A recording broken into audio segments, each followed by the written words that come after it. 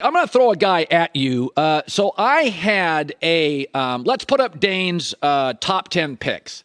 So I had a Super Bowl winning general manager who I trust implicitly and a non-Super Bowl GM, but one of the smartest people I've ever met. And they both said Kenny Pickett had a deep second or a mid-third round grade. And yet I see you have him drafted by Carolina at 6.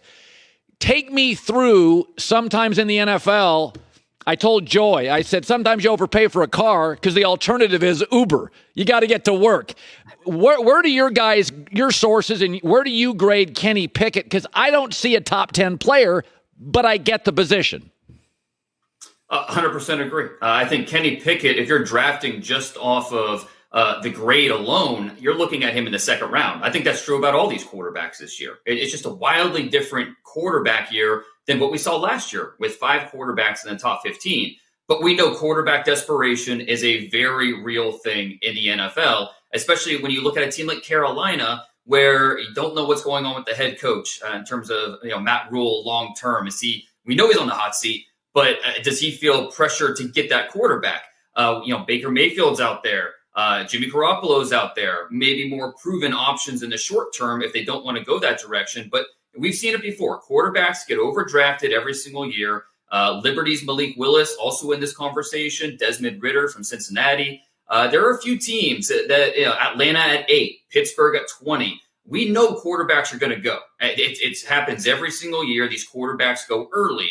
When's that run start? And what's the order of these quarterbacks?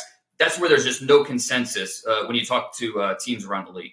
Let me I'll tell you 2 guys I'm worried about. And they're both at their best amazing. Kayvon Thibodeaux from Oregon. So, again, he was the number 1 player in the country. He played up here at Thousand Oaks, just up the road from us. I watched him in Oregon. I saw his tape in high school.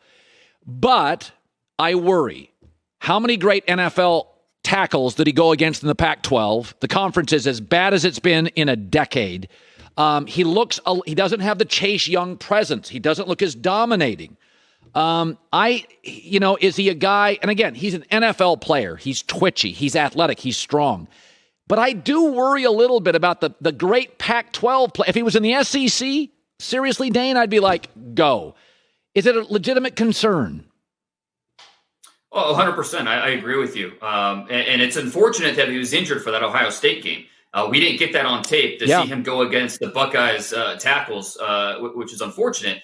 But I think you're 100% correct. Going up against Cal's tackles and beating them like a drum, it's great. But what is that really telling me in terms of how that's going to translate to the next level? So there's a lot to like about Thibodeaux. There's a lot of Jadeveon Clowney comparisons when you talked about Thibodeaux with teams. He's not that Chase Young, that Myles Garrett. He doesn't have that type of ceiling. And really, the other conversation with Thibodeaux is just he's so brand conscious, and that's okay. I mean, there's a lot of superstars throughout the league that care about their image and their brand and making money outside of football.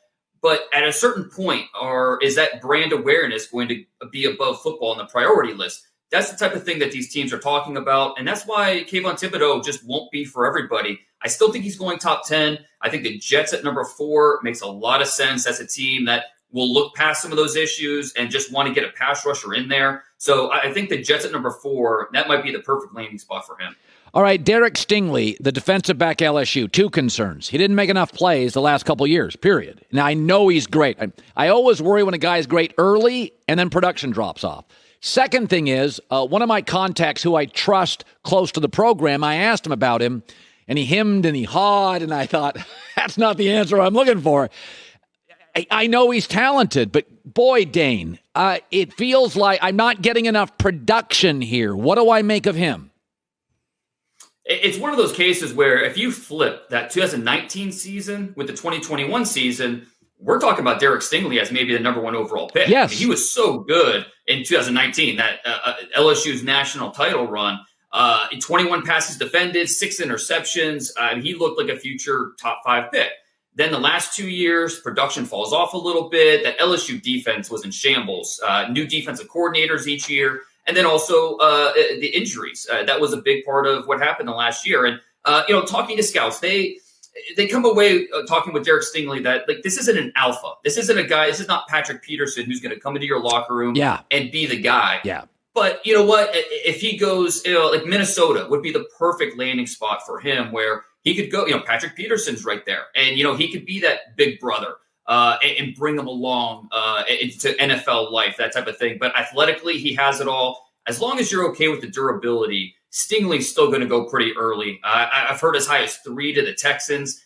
Houston has done a lot of work on Derek Stingley. 9 to Seattle makes sense. 12, I think, would be his floor. So Derek Stingley, even with those questions, still going to go very high. Okay, who's the best prospect you've seen on tape and why? Well, it's hard not to go with Aidan Hutchinson. I think he marries a lot of the, NFL scouting motto is traits over production. You're looking for the traits, not necessarily the production. Now, ideally, you want both. And I think Aidan Hutchinson does give you both. And that's something that is a strong selling point with him. It's not a hard sell in a war room to say that Aidan Hutchinson is one of the better players this year. 6'6.5", 260 pounds, 16.5 tackles for loss, 14 sacks. Consensus All-American. Is he the same prospect to say like the Bosa brothers? No, he doesn't have the same bend, the same arc acceleration. But I tell you what, you see a lot of the same skilled hand play, the power, and he tested very well. He had the same 3-cone as Von Miller. So this isn't a player that doesn't have the athleticism. He does.